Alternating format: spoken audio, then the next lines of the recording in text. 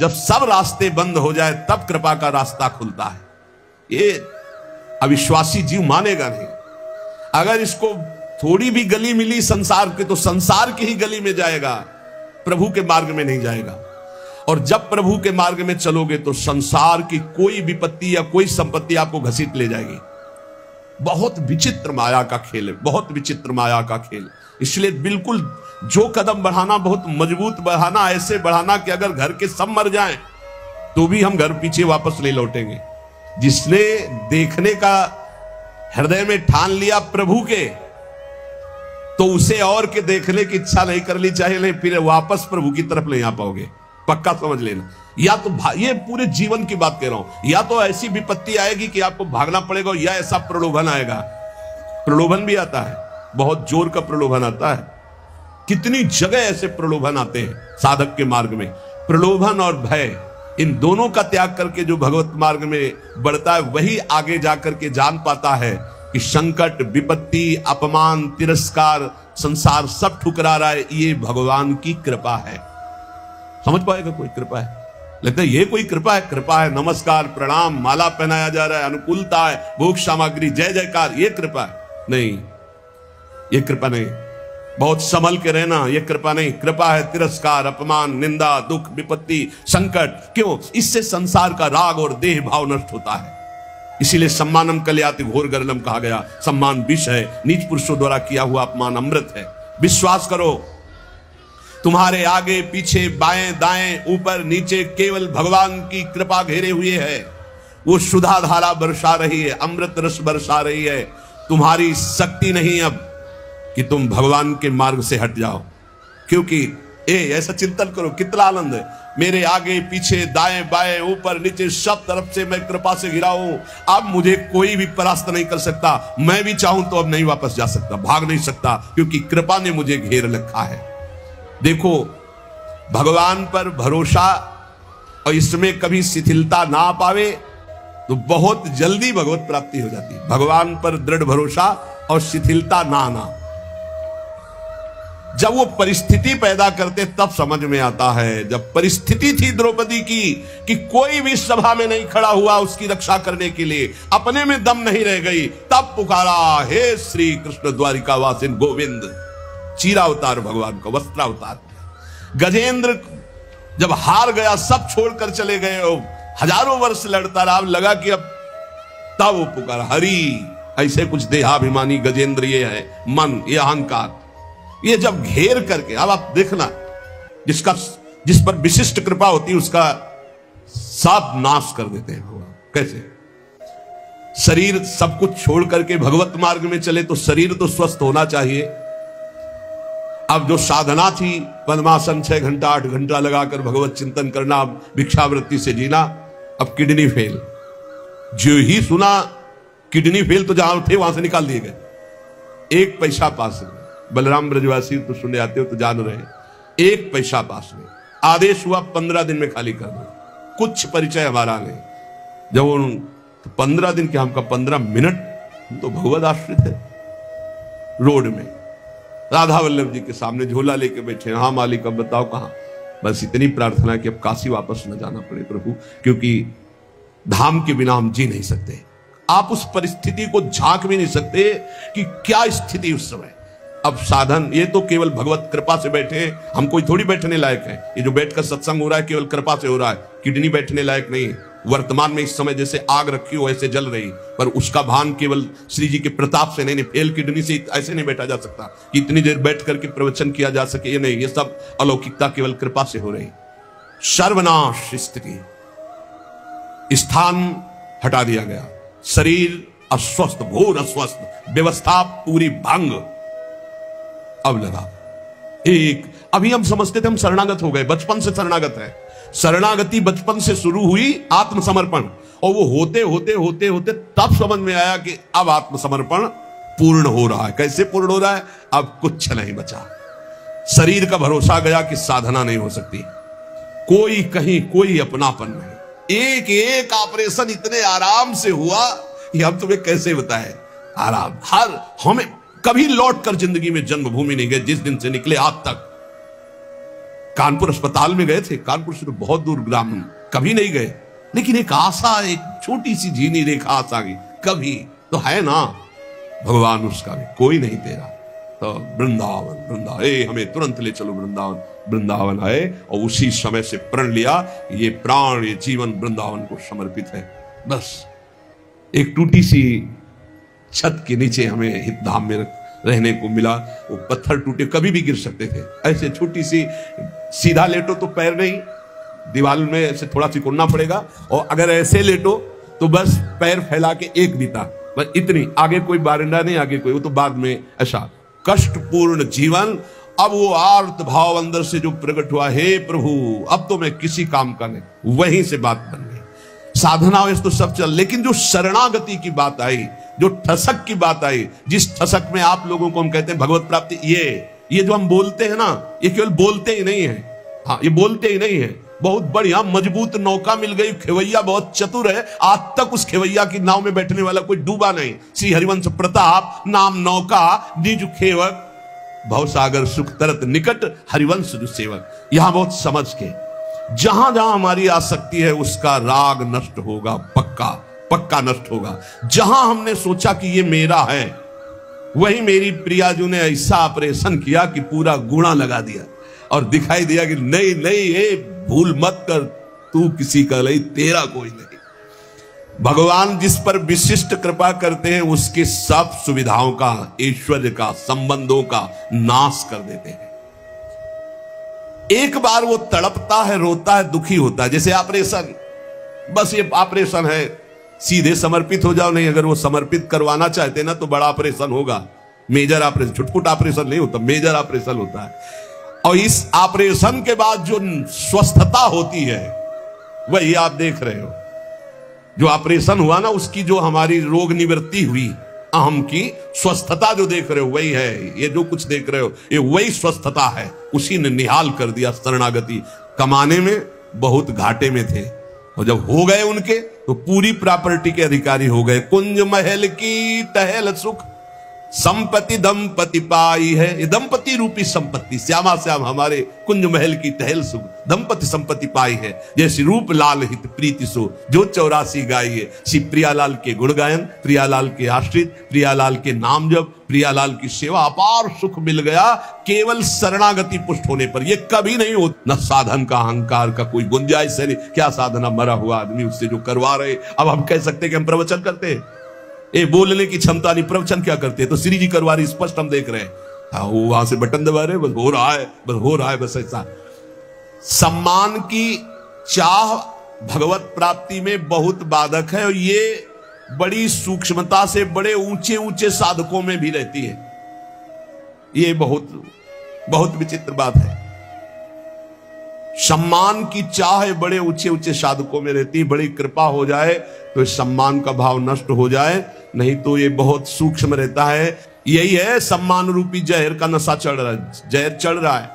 ये भगवत प्राप्ति में बहुत बाधक है। और जब भगवत प्राप्त हो जाता है, इस कोटि का सम्मान मिलता है, तो उसको सब भगवान की लीला, वो इस पर कोई भी महत्व नहीं होता।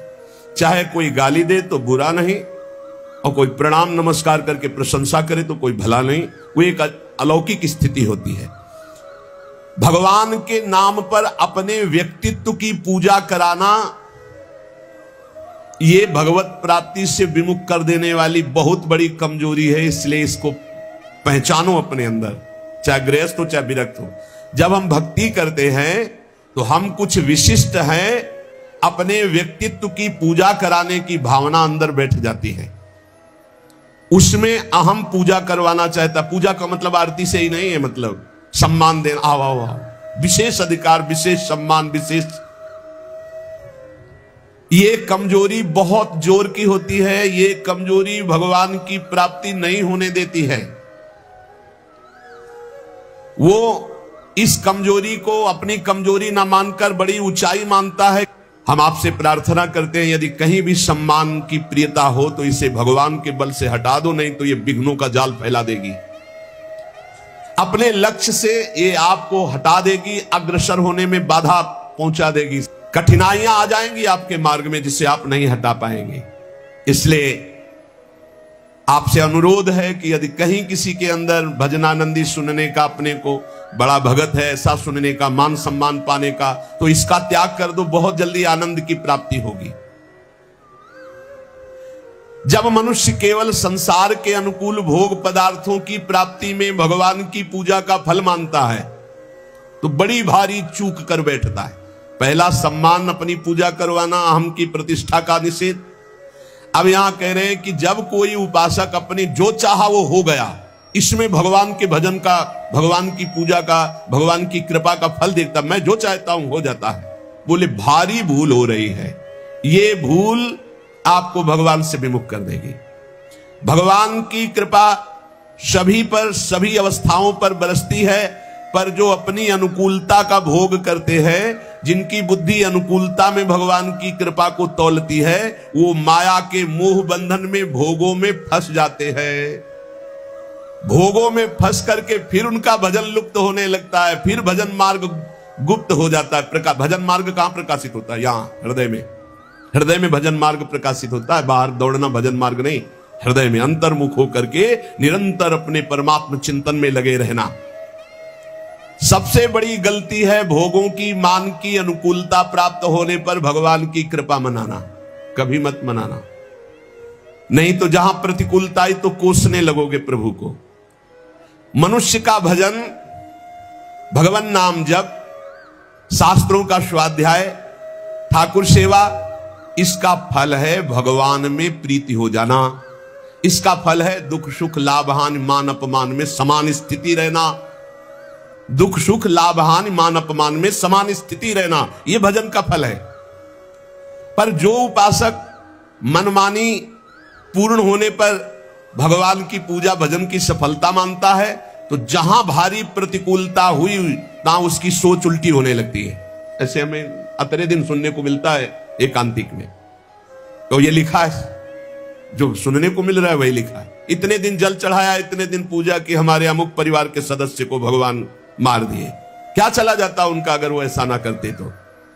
जो पहले कृपा भगवान की थी वो नहीं रही। वो क्षोभ कर बैठेगा, वो भगवान के मंगल विधान में अन्याय मान लेगा, यहां तक कि फिर उसके हृदय में ऐसी नास्तिकता आ जाएगी कि बिल्कुल सत्य ऐसा ही है। कितने लोगों के भाव बिगड़ जाते हैं ऐसे, जो उनको सही सत्संग नहीं मिला, जो सही भजन में नहीं लगे, उनको ये कह करके वो भगवान के मार्ग से भ्रष्ट हो जाते हैं। इसलिए हमारी कामनाओं की पूर्ति हो तो भगवत कृपा, ये मानना छोड़ दो। मनुष्य को सफलता मिलती है शुभ कर्म से, और असफलता मिलती है अशुभ कर्म पाप से, और भजन से बल मिलता है सफलता असफलता में समान रहना। ये बात समझो, भजन का फल क्या है? भजन का फल सफलता नहीं है, जो चाहे वो मिल गया ऐसा नहीं है। भजन का फल है सुख दुखे समय कृत्वा लाभा लाभो जया जयो। जय और पराजय में, हानि और लाभ में, सुख और दुख में समान भाव रखना, ये भजन का फल है। सुख मिलना शुभ कर्म का फल है, दुख मिलना अशुभ कर्म का फल है, और सुख दुख में समान स्थिति रखना, ये भजन का फल है, ये भगवत कृपा का फल है। अपनी कर्म वृत्ति को अहंकार की प्रधानता देकर मैंने ये कार्य किया, मैंने भोग लगाया, मैंने आरती की, मैंने भजन किया, मैं तीर्थ यात्रा में गया, मेरी कामना पूर्ण हो गई।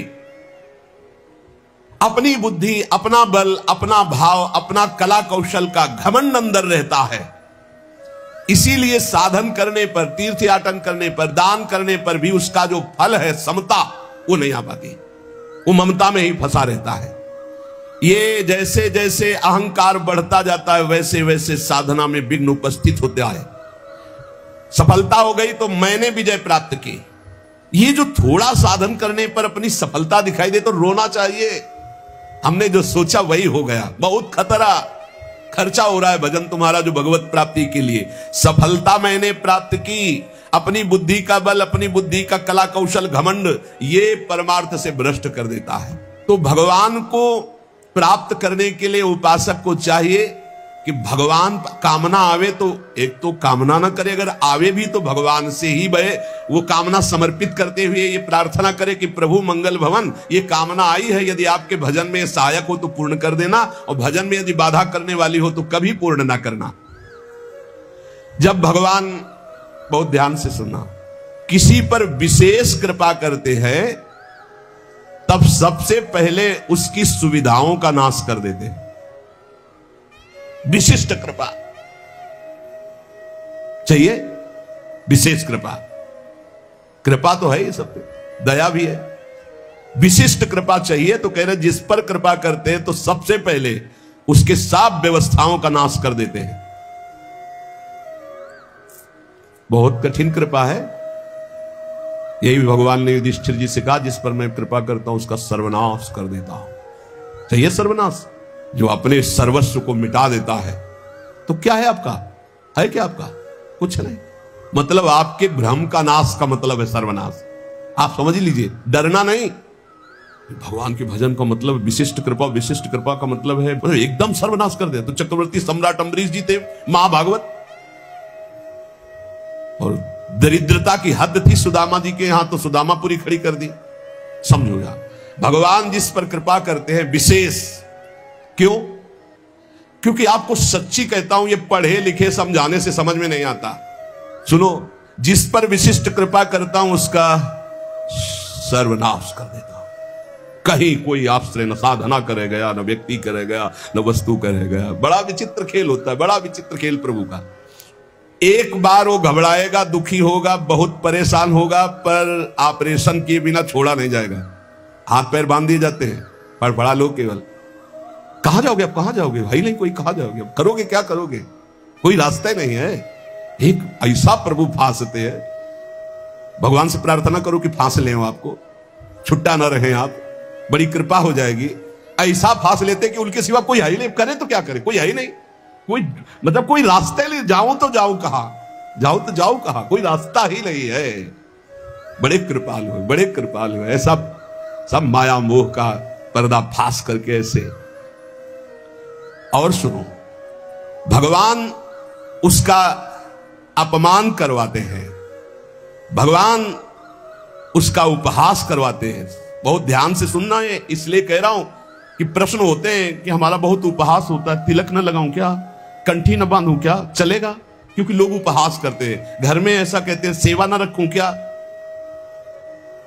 तो क्या समझते हो, भगवान के मार्ग में चलने के लिए जब एक संसार का पति वर्ण करती है तो ठसक से सुहाग भर के चलती है, वो किसी के उपहास को डरती है। तुम जगत के मालिक का सुहाग भरे हुए हो, ये तिलक, ये कंठी, तुम्हें शर्म आती है इस बात के लिए कि कोई तुम्हें भगत कहकर उपहास करेगा तो तुम कंठी तिलक उतार दोगे? कैसी निष्ठा है?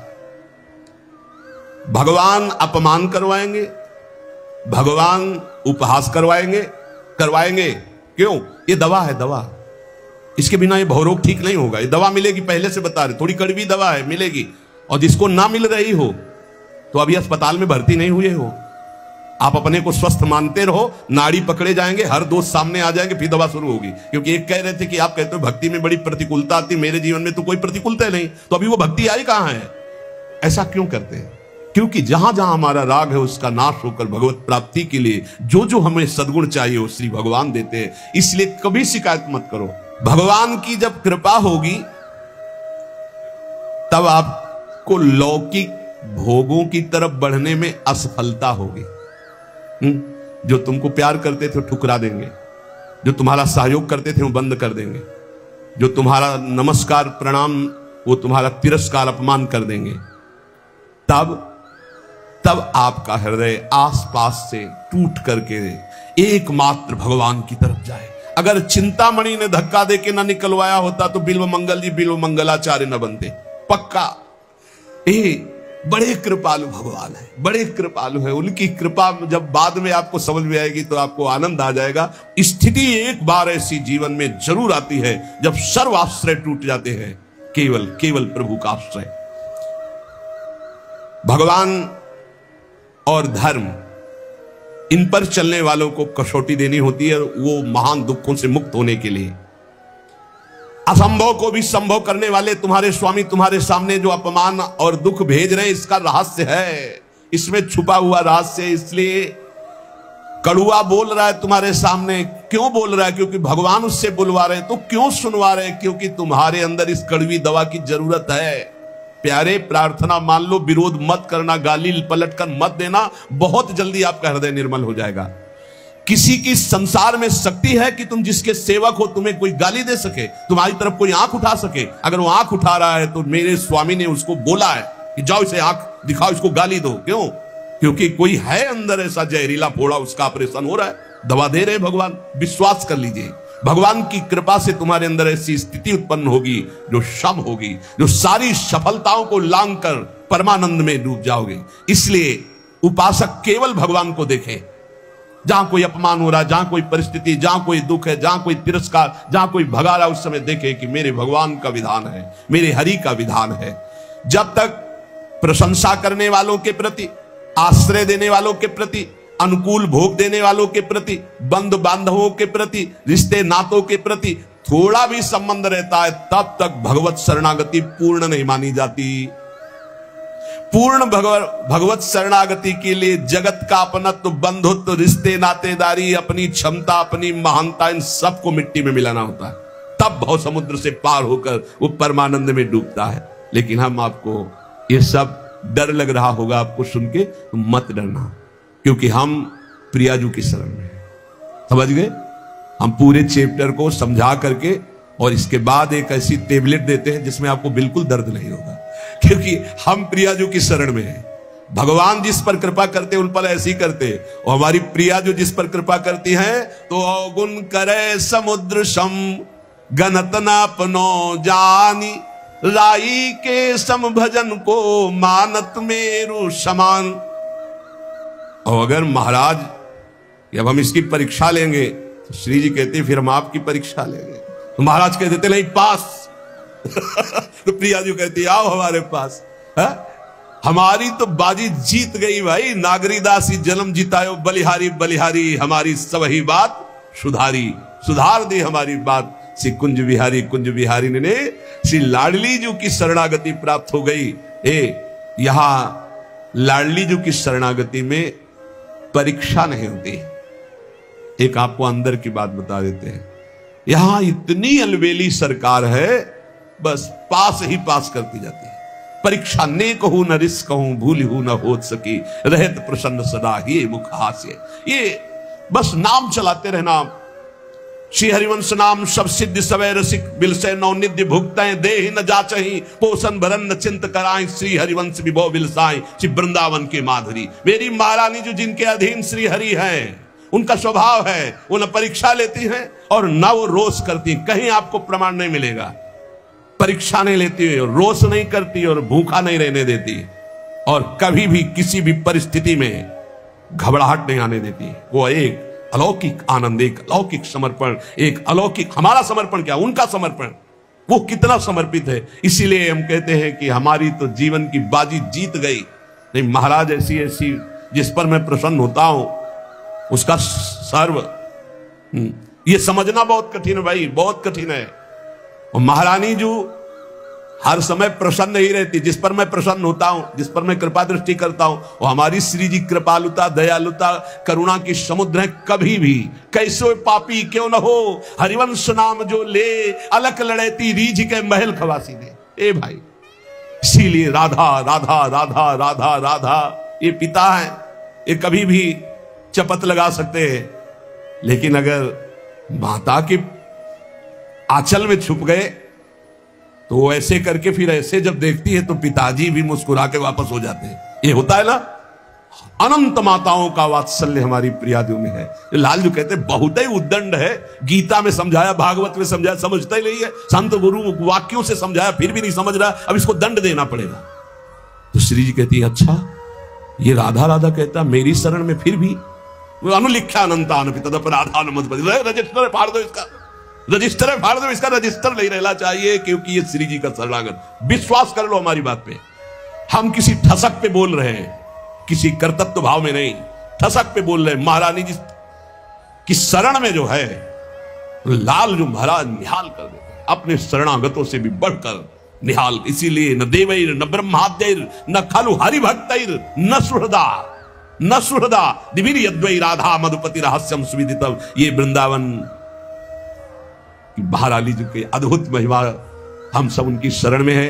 और ये दो नहीं है, ये एक ही है, पर ये दो रूप धारण किए हुए, एक रसदात्री और एक रस धारण लालजू महाराज रसपान करने वाले, रस धारण करने वाले और रसदात्री श्री प्रिया जो एक ही तत्व दो रूप, महान करुणा समुद्र श्री लाडली जो महाराज है। किसी ने कहा कि राधा राधा तो ब्रज में सफल हो सकता है, बाहर इतनी आधुनिकता है कि राधा नाम में प्रीति होना संभव है। यदि आप ब्रज से संबंधित नहीं हो तो राधा नाम सुनने को ही नहीं मिलेगा, राधा नाम का परिचय ही नहीं मिलेगा। और अगर परिचय मिल गया तो जहां भी हो आप, आपका संबंध हो चुका है राधा नाम से, आप खुद देख लेना इसका प्रभाव राधा नाम का। निरंतर राधा नाम रटने का अभ्यास करो, श्री जी की शरण में रहो, महाराज की हिम्मत ने की परीक्षा ले सके। श्री राधा वल्लभ लाल की।